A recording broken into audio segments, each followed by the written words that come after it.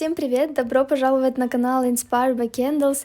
Первое, с чего я хочу начать, это то, что ровно неделю назад примерно у меня стукнула моя первая 1000 подписчиков. Я безумно благодарна каждому из вас, кто подписались на мой канал, кто посчитал мой канал полезным, интересным. Это очень греет душу, очень приятное такое чувство, что мои видео могут кому-то помочь, таким же новичкам, как и я была раньше. И сейчас у нас образовалась такая небольшая семья. Вы дарите мне огромную мотивацию двигаться дальше и делиться с вами полезным контентом. Так что добро пожаловать в мой Candle комьюнити. Надеюсь, вы не возражаете, что видео будет в таком формате лекции, потому что это реально лекция. Если вы любите записывать очень полезную информацию, то я вам рекомендую сейчас достать тетрадку, блокнотики красивые или просто какую-то бумажечку и записывать все, что я вам сейчас расскажу. В этой лекции я расскажу вам про ошибки, из-за которых остается лишний воск или неправильные пропорции. Очень распространенная проблема новичков. У меня такая же проблема тоже была, но я очень быстро ее решила. Правильные пропорции воска и арома масла и какой процент арома масла допускается. Как понять, сколько поместится воска в контейнере, если измерять водой? Здесь есть некая конкретика, потому что, возможно, кто-то не будет вообще измерять водой, но у меня есть очень интересная формула и легкая. Дальше поймете, почему именно водой измерять проще всего. Далее тема для более продвинутых, кто уже прошел какие-то тесты определенные и хочет делать по несколько свечей за раз, либо уже делать свечи на продажу в большом количестве. Давайте начнем с самого главного, это о том, что свечи взвешивают в граммах, не в миллилитрах, поэтому на банках мы всегда указываем вес содержимого в граммах. Как понять, какой процент арома масла можно использовать? Многие думают, что чем больше арома масла добавить, тем лучше и мощнее будет пахнуть свеча. Но это не так, и это все зависит от производителя вашего воска. Самый допустимый процент арома масла, который можно использовать, это от 6 до 12% в свечах. И если вы занимаетесь wax melts, готовите тающие кубики воска, то до 18%. Чаще всего производитель воска указывает для вас эту информацию, поэтому это не должна быть для вас какая-то проблема. Если вы новичок, просто следуйте указаниям производителя, он напишет вам, до скольки вы можете использовать процентов, и вы можете начать от самого минимума, двигаясь к самому максимальному проценту. Если же у вас нету такой информации, хотя я не верю, что производители не указывают эту информацию, но если вы столкнулись с такой проблемой, то безопаснее всего начать с 6%, это самый минимальный процент. Я не видела нигде, чтобы писали меньше 6, так как это уже будет слишком мало и, возможно, свеча не будет так хорошо пахнуть.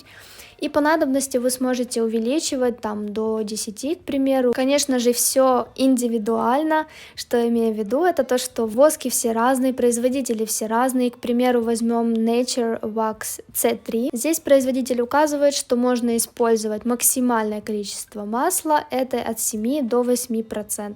И на этом примере это воск, с которым я работаю сейчас, он состоит из сои и парафина. Здесь у нас указано, что можно использовать 10% максимально. Тут даже указывается то, что вы даже не должны использовать 10%, потому что аромат будет очень мощный. Я использую всего 8%, и мне этого достаточно. Так, начинается часть, где вы, если вы до сих пор не достали блокноты, сейчас советую вам достать, либо открыть заметки в телефоне. Сейчас будет настоящая математика. Я уже сама забыла вообще, что такое математика. Самый главный вопрос, как посчитать количество воска. Итак, запоминаем. С у нас это воск, просто воск без ничего. А это арома масла, и Б это полностью готовая свеча, то есть воск плюс арома масла. Запоминаем эту жизненно важную формулу. Сейчас это, возможно, выглядит странно, но поверьте, вы привыкнете и будете автоматически это все делать. Б это у нас общий вес арома масла плюс воск, то есть чистый вес. Мы берем чистый вес, делим на 100% плюс арома масла. Арома масла у нас это процент арома масла. То есть, если вы используете, допустим, 8%, это означает, что у вас будет 108%. Общий вес арома масла плюс воск вы делите на 108%, у вас получается воск. Вес чистого воска, без ничего. Сейчас приведу пример на моей свече. Моя свеча вмещает 170 грамм чистого веса, это воск плюс масло. Я использую 8% арома масла. Как я знаю, сколько мне нужно воска на эту баночку? Я беру 170, делю на 108%, не забываем писать процент, иначе у вас может получиться непонятно что. И получается 157 грамм, это только воск. Далее мы узнаем, сколько арома масла нам нужно. Мы берем 170, это общий вес, отнимаем 157 грамм, это уже воск, который мы посчитали, и у нас получается 13 грамм арома масла. Дальше у нас есть две проверочки, что мы не ошиблись. Первая проверка — это то, что у нас должно получиться ровно 170 грамм, это наш общий вес свечи. Мы берем 157, прибавляем 13, и у нас получается 170 грамм. Следующая проверка, мы хотим удостовериться в том, что мы и вправду использовали 8% арома масла, а не больше, не меньше. Мы берем 13 грамм арома масла, делим на 157 грамм воска, и у нас выходит 8%. Сейчас запоминайте, как не нужно делать. Я хочу, допустим, найти, сколько мне нужно всего арома масла на свечу. Я беру общий вес, умножаю на процент арома масла, и у меня получается количество арома масла. Я беру 170, умножаю на 8%, потому что 8% я использую, и у меня получается 13,6 грамм арома масла. Первую проверку мы делаем, и у нас как бы все окей, все правильно. Мы делим 13,6 на 170, и получается, что я использовала правильный процент арома масла. Все ок. Но если мы дальше делаем еще одну проверочку, мы проверяем общий вес свечи, а общий вес это у нас воск плюс арома масла. Получается, что мы берем 170, прибавляем 13,6, и что у нас получается? 183,6. Что у нас произошло? Остаются лишние 13,6 грамм.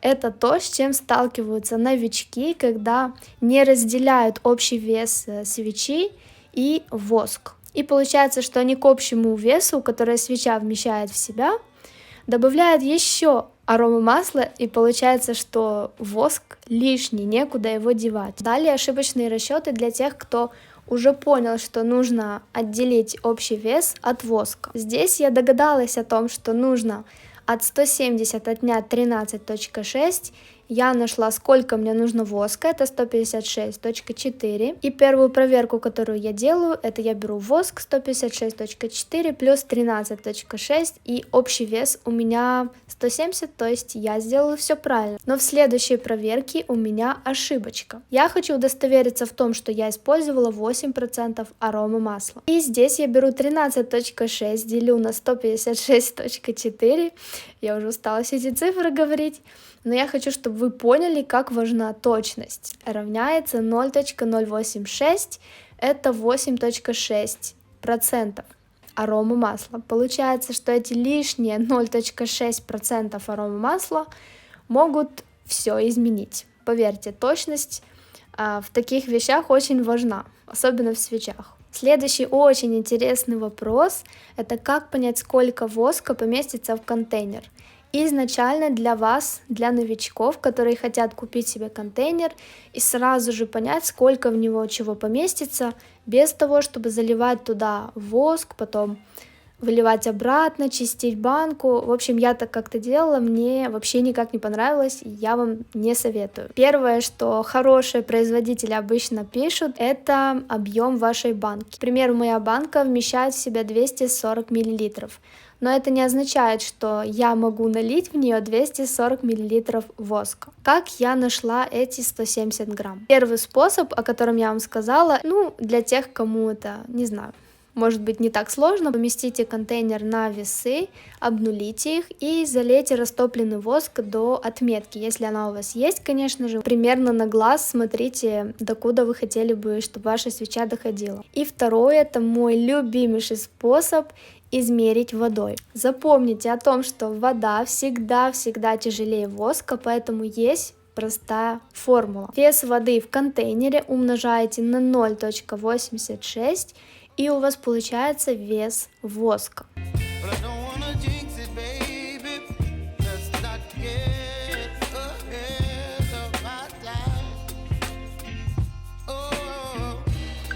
Сейчас я заливаю в свою баночку воду, и у меня получается 196 грамм всего. Это именно до моей отметки, докуда я всегда заливаю воск. Сейчас берем калькулятор и проверяем. 196 умножаем на 0,86, и что у нас получается? 168,5. Я решила удостовериться и проверить на ювелирных весах, которые более точные. На них у меня вышло 197,7, возможно, я немножко долила больше воды, но неважно. Суть получается одна и та же, у меня 169 грамм.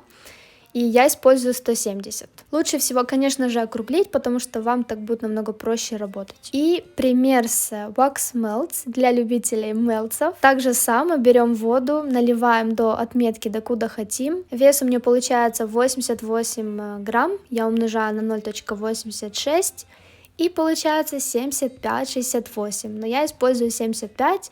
Вот я вам показываю примерно какая отметочка. Последний не менее важный вопрос — это как залить за раз X свечей. И тут все очень просто. Вы берете количество воска, умножаете на количество свечей. На одну свечу с общим весом 170 грамм я беру 157 грамм воска и 13 грамм аромы масла.